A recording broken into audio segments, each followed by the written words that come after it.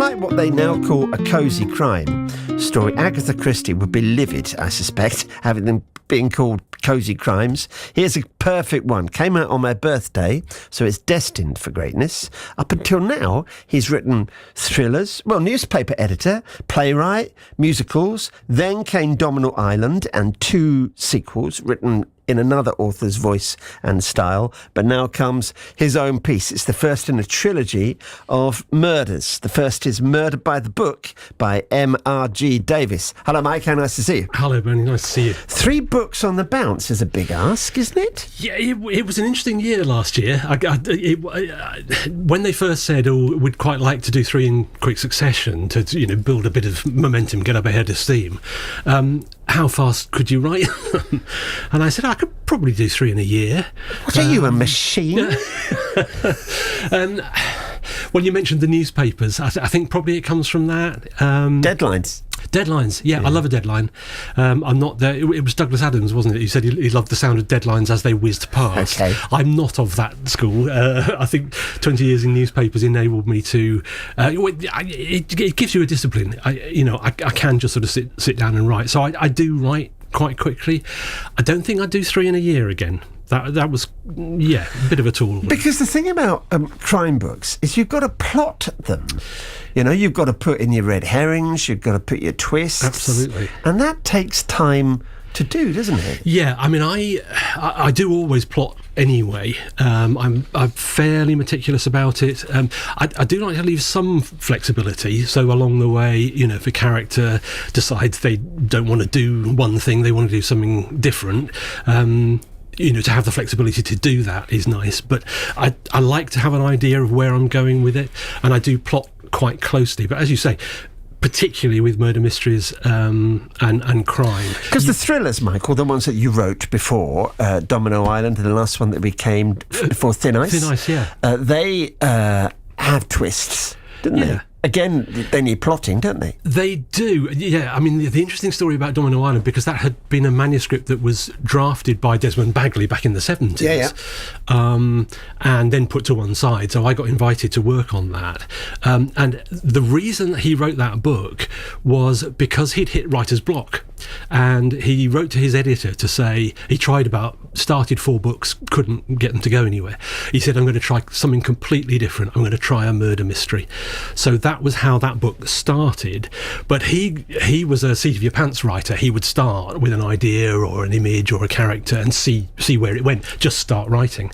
And you can't do that with murder mysteries, which he discovered because he got 2/3 of the way through it and went, I can't do this anymore. I'm just going to have to go back to my original style. And then it becomes a sort of action thriller straight through to the end.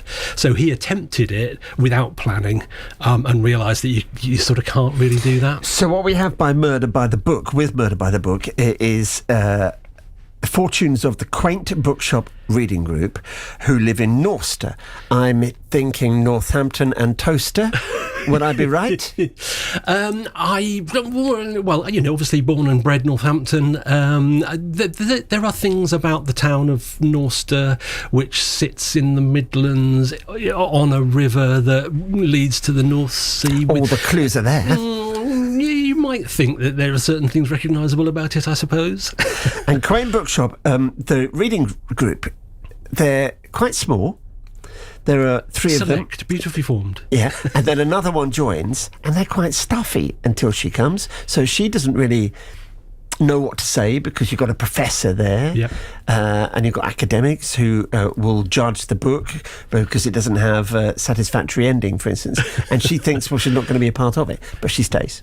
She stays and actually becomes really one of the driving forces behind the crime that they end up looking into, and it's someone that they know. Yeah, I mean, it's not too much of a spoiler because it happens right at the start to say that actually it's the bookshop manager who gets murdered, and because the group are heavily into detective fiction, and they fall foul of the chief inspector who's investigating the case. They take it upon themselves to use the skills that they've learned from their reading to try and solve the case themselves. It's very on trend, isn't it, this? There are a lot of this style of books now and things on TV. We've got the couple of actors from Death in Paradise on tomorrow. I'm beyond excited. Beyond excited. Yeah, well, quite right. I love it. And Rob Thorogood, of course, who wrote Death in Paradise, had gone on to do the Marlowe Murder Club. I used to work with his wife, Robert Thorogood. Did you? Yeah, very nice man. And so I speak to Robert quite a lot when new stuff comes out. Yeah, like you say, I mean, I like your on-trend rather than jumping on a bandwagon. Well, it is on trend, isn't it? Because it's popular.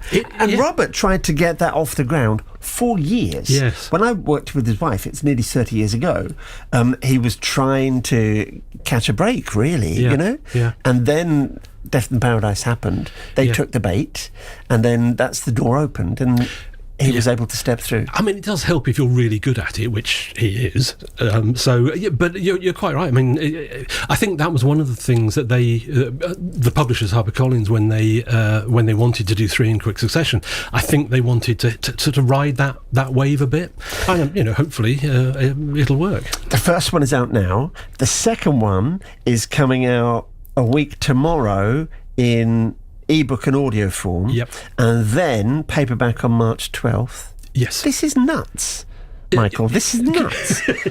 My head is a little bit scrambled, yeah. Like Barbara Cartland on acid. Just pumping them out. And then the third one comes out later in the year. Third one's later in the year. So they each have a sort of theme to them. The second one's called A Game of Murder, the one that's out next week. So the same reading group, the same quartet of detectives, amateur detectives, find themselves in a remote country house, snowed in for a weekend, and strange things begin to happen. Are they all going to have murder in the title? Because you know that the author Peter James likes dead in the title of all of his books. Well, so far, the three of them have, yes. So we've got A Game of Murder, which is, again, has sort of loose similarities with a certain board game. Yeah. And then the third one later in the year is called From Murder with Love, which will have resonances with a certain well-known spy. Gotcha.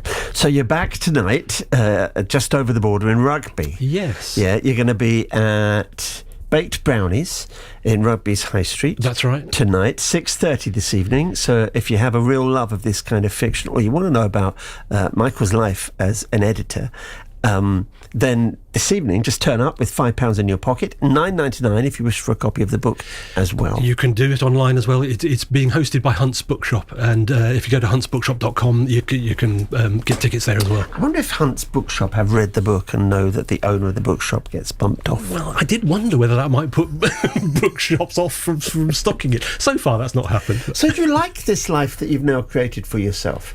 When you look back on the deadline nature of your previous work, and it's quite frantic and it's quite stressful, I think, doing daily newspaper work. Yeah. Do you miss it? I suppose it had its moments. I don't really miss it, if I'm honest. I mean, the world's changed enormously since I left newspapers. I mean, I came out of my last full-time job 20 years ago. When we were just at the end of having morning papers, local papers, and evening papers every day. Yep, and several editions a day. Yeah. And now the Cron's a classic example. Gone from exactly that setup when I worked there in the 80s. And it does sadden me. It's a bit like the demise of the localness of radio, really, because once they're gone, they don't come back. You won't get them back. No, that's right. And it is sad. I mean, we've just come over the mounts and looked at the Aldi where the Cron used to stand, and you think, obviously nothing against Aldi, but something has gone from the fabric of the town. But it's supply and demand, isn't it? Now we're in an age where we can find out what happens instantly. When it was a big news day a week ago today, that happened actually the moment I pushed the jingle to start the show last Thursday. Wow. And it's instant. You see the monitors that I have behind you here, you see it all. But in the old days you'd wait 24 hours to read about it in the paper. Yeah, absolutely. And I think that 24-hour news cycle that, the telly in particular, the news channels, they just eat up stuff, and they have to fill the schedule. I don't think it's positive for society. I really don't. People can sit there, they call it doom scrolling, don't they, online? Yep. And it's the same thing. You sit on your sofa, transfixed by disaster. The problem is, what do you do about it? You know, that ship sailed. There's no going back from that. And yet publishing seems buoyant. Book sales still high. Yeah, absolutely. And especially ebook sales. And one of the things about this new series is published by a division of HarperCollins called One More Chapter, which is a fairly new division for them, and it's digitally led, which is why the ebook's coming out first. And one of the things about that is that they can turn things around pretty quickly. I mean, traditionally you write a book and it might take 2, maybe even 3 years before it actually hits the shelves. With these, as we've been saying, you know, I wrote 3 last year, and they'll all be out by the summer. Well, it's perfect for you because you're like a tennis ball serving machine, aren't you? Just one after the other coming out. One More Chapter. You can get the first one of Murder by the Book, this one, and then the second will be out on ebook and audio a week tomorrow, followed on the 12th in paperback, and that's from Murder with A Game of Murder, and then From Murder with Love comes later in the year by M.R.G. Davies. I like Michael initials in literature because you just seem a bit like T.S. Eliot, isn't it? G.K. Chesterton. You seem classy. Oh, I think you think it adds a bit of gravitas. That's That'll exactly do for me. what I do. Murder by the Book is out now. If you're around Rugby and can get to Rugby, it's Baked Brownies in Rugby's High Street, 6:30 tonight, so 6:15 for 6:30, or go online, get your ticket first and pick up a copy of Murder by the Book.